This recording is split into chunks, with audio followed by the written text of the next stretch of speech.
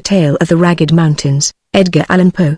During the fall of the year 1827, while residing near Charlottesville, Virginia, I casually made the acquaintance of Mr. Augustus Bedloe.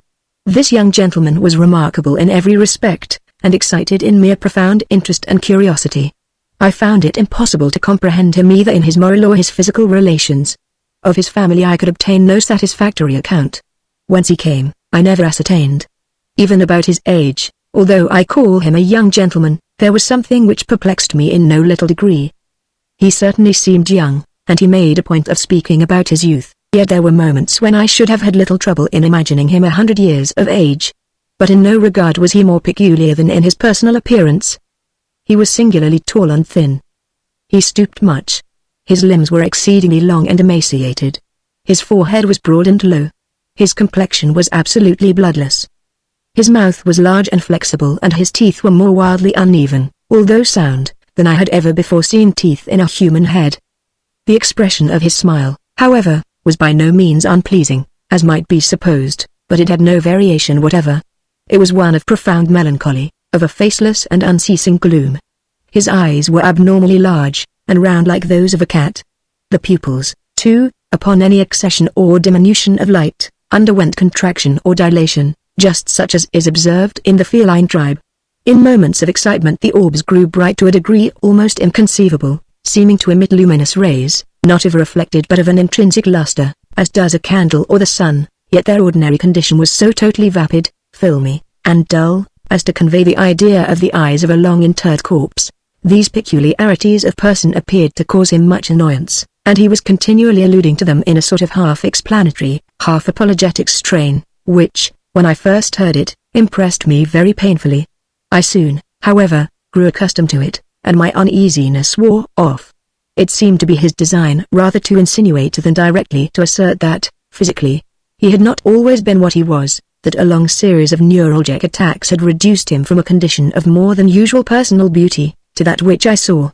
For many years past he had been attended by a physician, named Templeton, an old gentleman, perhaps 70 years of age, whom he had first encountered at Saratoga, and from whose attention, while there, he either received, or fancied that he received, great benefit. The result was that Bedloe, who was wealthy, had made an arrangement with Dr. Templeton, by which the latter, in consideration of a liberal annual allowance, had consented to devote his time and medical experience exclusively to the care of the invalid. Dr. Templeton had been a traveler in his younger days, and at Paris had become a convert, in great measure, to the doctrines of Mesmer. It was altogether by means of magnetic remedies that he had succeeded in alleviating the acute pains of his patient, and this success had very naturally inspired the latter with a certain degree of confidence in the opinions from which the remedies had been educed. The doctor, however, like all enthusiasts, had struggled hard to make a thorough convert of his pupil, and finally so far gained his point as to induce the sufferer to submit to numerous experiments. By a frequent repetition of these, a result had arisen, which of late days has become so common as to attract little or no attention, but which, at the period of which I write, had very rarely been known in America. I mean to say, that between Dr. Templeton and Bedloe there had grown up, little by little, a very distinct and strongly marked rapport, or magnetic relation. I am not prepared to assert, however, that this rapport extended beyond the limits of the simple sleep-producing power, but this power itself had attained great intensity. At the first attempt to induce the magnetic somnolency, the mesmerist entirely failed. In the fifth or sixth he succeeded very partially, and after long continued effort. Only at the 12th was the triumph complete. After this the will of the patient succumbed rapidly to that of the physician, so that, when I first became acquainted with the two, sleep was brought about almost instantaneously by the mere volition of the operator, even when the invalid was unaware of his presence. It is only now, in the year 1845, when similar miracles are witnessed daily by thousands, that I dare venture to record this apparent impossibility as a matter of serious fact. The temperature of Bedloe was, in the highest degree sensitive, excitable, enthusiastic. His imagination was singularly vigorous and creative, and no doubt it derived additional force from the habitual use of morphine, which he swallowed in great quantity, and without which he would have found it impossible to exist.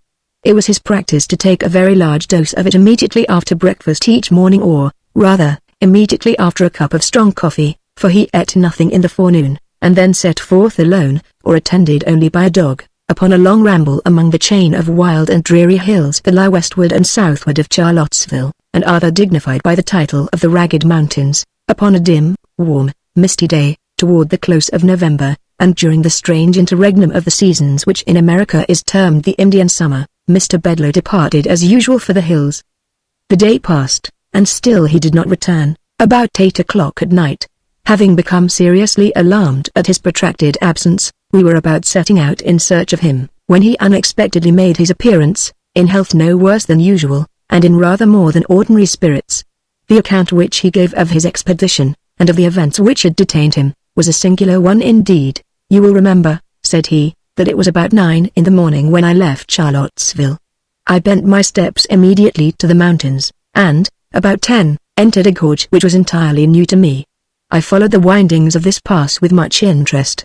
The scenery which presented itself on all sides, although scarcely entitled to be called grand, had about it an indescribable and to me a delicious aspect of dreary desolation.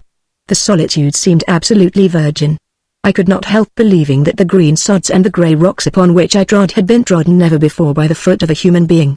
So entirely secluded, and in fact inaccessible, except through a series of accidents, is the entrance of the ravine, that it is by no means impossible that I was indeed the first adventurer, the very first and sole adventurer who had ever penetrated its recesses. The thick and peculiar mist, or smoke, which distinguishes the Indian summer, and which now hung heavily over all objects, served, no doubt, to deepen the vague impressions which these objects created. So dense was this pleasant fog that I could at no time see more than a dozen yards of the path before me. This path was excessively sinuous, and as the sun could not be seen, I soon lost all idea of the direction in which I journeyed. In the meantime the morphine had its customary effect, that of enduing all the external world with an intensity of interest. In the quivering of a leaf, in the hue of a blade of grass, in the shape of a trefoil, in the humming of a bee, in the gleaming of a dewdrop, in the breathing of the wind, in the faint odors that came from the forest, there came a whole universe of suggestion, a gay and motley train of rhapsodical and immethodical thought. Busied in this, I walked on for several hours, during which the mist deepened around me to so great an extent that at length I was reduced to an absolute groping of the way. And now an indescribable uneasiness possessed me, a species of nervous hesitation and tremor. I feared to tread, lest I should be precipitated into some abyss. I remembered, too, strange stories told about these ragged hills, and of the uncouth and fierce races of men who tenanted their groves and caverns. 1,000 vague fancies oppressed and disconcerted me, fancies the more distressing because vague.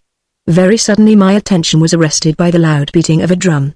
My amazement was, of course, extreme. A drum in these hills was a thing unknown. I could not have been more surprised at the sound of the trump of the archangel. But a new and still more astounding source of interest and perplexity arose. There came a wild rattling or jingling sound, as if of a bunch of large keys, and upon the instant a dusky-visaged and half-naked man rushed past me with a shriek.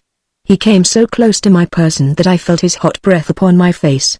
He bore in one hand an instrument composed of an assemblage of steel rings, and shook them vigorously as he ran.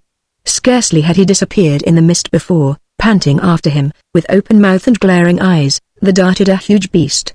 I could not be mistaken in its character. It was a hyena. The sight of this monster rather relieved than heightened my terrors, for I now made sure that I dreamed, and endeavored to arouse myself to waking consciousness. I stepped boldly and briskly forward. I rubbed my eyes. I called aloud. I pinched my limbs. A small spring of water presented itself to my view, and here, stooping, I bathed my hands and my head and neck. This seemed to dissipate the equivocal sensations which had hitherto annoyed me. I arose, as I thought, a new man, and proceeded steadily and complacently on my unknown way. At length, quite overcome by exertion, and by a certain oppressive closeness of the atmosphere, I seated myself beneath a tree. Presently there came a feeble gleam of sunshine, and the shadow of the leaves of the tree fell faintly but definitely upon the grass. At this shadow I gazed wonderingly for many minutes. Its character stupefied me with astonishment. I looked upward. The tree was a palm. I now rose hurriedly, and in a state of fearful agitation, for the fancy that I dreamed would serve me no longer. I felt that I had perfect command of my senses, and these senses now brought to my soul a world of novel and singular sensation. The heat became all at once intolerable. A strange odor loaded the breeze. A low, continuous murmur, like that arising from a full, but gently flowing river, came to my ears, intermingled with the peculiar hum of multitudinous human voices. While I listened in an extremity of astonishment which I need not attempt to describe, a strong and brief gust of wind bore off the incumbent fog as if by the wand of an enchanter. I found myself at the foot of a high mountain, and looking down into a vast plain, through which wound a majestic river. On the margin of this river stood an eastern-looking city, such as we read of in the Arabian tales, but of a character even more singular than any that described. From my position, which was far above the level of the town, I could perceive its every nook and corner, as if delineated on a map. The streets seemed innumerable, and crossed each other irregularly in all directions, but were rather long-winding alleys than streets, and absolutely swarmed with inhabitants. The houses were wildly picturesque. On every hand was a wilderness of balconies, of verandas, of minarets, of shrines, and fantastically carved oriels. Bazaars abounded, and in these were displayed rich wares in infinite variety and profusion, silks, muslins, the most dazzling cutlery, the most magnificent jewels and gems. Besides these things, were seen, on all sides, banners and palanquins, litters with stately dames close veiled, elephants gorgeously caparisoned, idols grotesquely hewn, drums, banners, and gongs, spears, silver and gilded maces. And amid the crowd, and the clamour, and the general intricacy and confusion, amid the million of black and yellow women, turbaned and robed, and of flowing beard, there roamed the countless multitude of holy filleted bulls, while vast legions of the filthy but sacred ape clambered, chattering and shrieking, about the cornices of the mosques, or clung to the minarets and oriels. From the swarming streets to the banks of the river, there descended innumerable flights of steps leading to bathing places, while the river itself seemed to force a passage with difficulty through the vast fleets of deeply burthened ships that far and wide encountered its surface. Beyond the limits of the city arose, in frequent majestic groups, the palm and the cocoa, with other gigantic and weird trees of vast age, and here and there might be seen a field of rice, the thatched hut of a peasant, a tank, a stray temple, a gypsy camp, or a solitary graceful maiden taking her way, with a pitcher upon her head, to the banks of the magnificent river. You will say now, of course, that I dreamed, but not so. What I saw, what I heard, what I felt, what I thought, had about it nothing of the unmistakable idiosyncrasy of a dream. All was rigorously self-consistent. At first, doubting that I was really awake, I entered into a series of tests, which soon convinced me that I really was. Now, when one dreams, and, in the dream, suspects that he dreams, the suspicion never fails to confirm itself and the sleeper is almost immediately aroused. Thus no bliss errs not in saying that we are near waking when we dream that we dream. Had the vision occurred to me as I describe it, without my suspecting it as a dream, then a dream it might absolutely have been, but, occurring as it did, and suspected and tested as it was, I am forced to class it among other phenomena. In this I am not sure that you are wrong, observed Dr. Templeton, but proceed. You arose and descended into the city. I arose, continued Bedloe, regarding the doctor with an air of profound astonishment. I arose, as you say, and descended into the city. On my way I fell in with an immense populace, crowding through every avenue, all in the same direction, and exhibiting in every action the wildest excitement. Very suddenly, and by some inconceivable impulse, I became intensely imbued with personal interest in what was going on. I seemed to feel that I had an important part to play, without exactly understanding what it was. Against the crowd which environed me, however, I experienced a deep sentiment of animosity. I shrank from amid them, and, swiftly, by a circuitous path, reached and entered the city. Here all was the wildest tumult and contention. A small party of men, clad in garments half Indian, half European, and eyed by gentlemen in a uniform partly British, were engaged, at great odds, with the swarming rabble of the alleys. I joined the weaker party, arming myself with the weapons of a fallen officer, and fighting I knew not whom with the nervous ferocity of despair. We were soon overpowered by numbers, and driven to seek refuge in a species of kiosk. Here we barricaded ourselves, and, for the present, were secure. From a loophole near the summit of the kiosk, I perceived a vast crowd, in furious agitation, surrounding and assaulting a gay palace that overhung the river. Presently, from an upper window of this place, there descended an effeminate-looking person, by means of a string made of the turbans of his attendants. A boat was at hand, in which he escaped to the opposite bank of the river, and now a new object took possession of my soul. I spoke a few hurried but energetic words to my companions, and, having succeeded in gaining over a few of them to my purpose, made a frantic sally from the kiosk. We rushed amid the crowd that surrounded it. They retreated, at first, before us. They rallied, fought madly, and retreated again. In the meantime we were borne far from the kiosk, and became bewildered and entangled among the narrow streets of tall, overhanging houses, into the recesses of which the sun had never been able to shine. The rabble pressed impetuously upon us, harassing us with their spears, and overwhelming us with flights of arrows. These latter were very remarkable, and resembled in some respects the writhing crease of the Malay. They were made to imitate the body of a creeping serpent, and were long and black, with a poisoned barb. One of them struck me upon the right temple. I reeled and fell. An instantaneous and dreadful sickness seized me. I struggled, I gasped, I died. You will hardly persist now, said I smiling, that the whole of your adventure was not a dream. You are not prepared to maintain that you are dead? When I said these words, I of course expected some lively sally from Bedloe in reply, but, to my astonishment, he hesitated, trembled, became fearfully pallid, and remained silent. I looked toward Templeton. He sat erect and rigid in his chair, his teeth chattered, and his eyes were starting from their sockets. Proceed, he at length said hoarsely to Bedloe. For many minutes, continued the latter, my sole sentiment, my sole feeling, was that of darkness and non-entity, with the consciousness of death. At length there seemed to pass a violent and sudden shock through my soul, as if of electricity. With it came the sense of elasticity and of light. This latter I felt, not saw. In an instant I seemed to rise from the ground. But I had no bodily, no visible, audible, or palpable presence. The crowd had departed. The tumult had ceased. The city was in comparative repose. Beneath me lay my corpse, with the arrow in my temple, the whole head greatly swollen and disfigured. But all these things I felt, not saw. I took interest in nothing. Even the corpse seemed a matter in which I had no concern. Volition I had none, but appeared to be impelled into motion, and flitted buoyantly out of the city, retracing the circuitous path by which I had entered it. When I had attained that point of the ravine in the mountains at which I had encountered the hyena, I again experienced a shock as of a galvanic battery. The sense of weight, of volition, of substance, returned. I became my original self, and bent my steps eagerly homeward, but the past had not lost the vividness of the real, and not now, even for an instant, can I compel my understanding to regard it as a dream. Nor was it, said Templeton, with an air of deep solemnity, yet it would be difficult to say how otherwise it should be termed. Let us suppose only, that the soul of the man of today is upon the verge of some stupendous psychical discoveries. Let us content ourselves with this supposition. For the rest I have some explanation to make. Here is a watercolor drawing, which I should have shown you before, but which an unaccountable sentiment of horror has hitherto prevented me from showing. We looked at the picture which he presented. I saw nothing in it of an extraordinary character, but its effect upon Bedloe was prodigious. He nearly fainted as he gazed.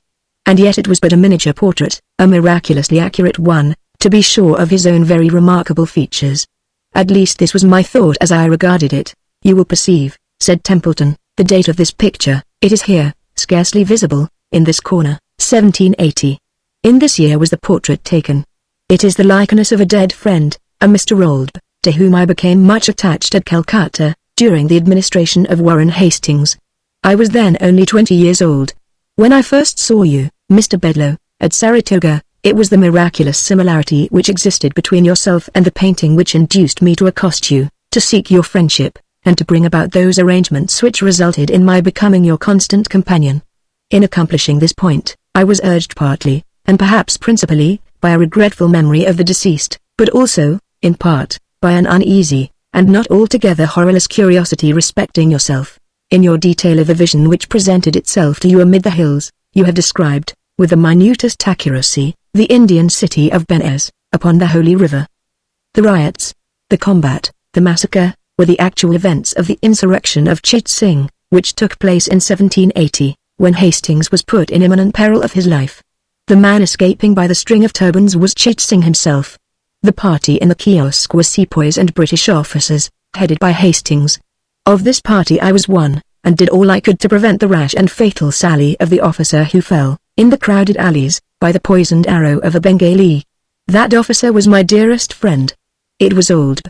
You will perceive by these manuscripts, here the speaker produced a notebook in which several pages appeared to have been freshly written, that at the very period in which you fancied these things amid the hills, I was engaged in detailing them upon paper here at home.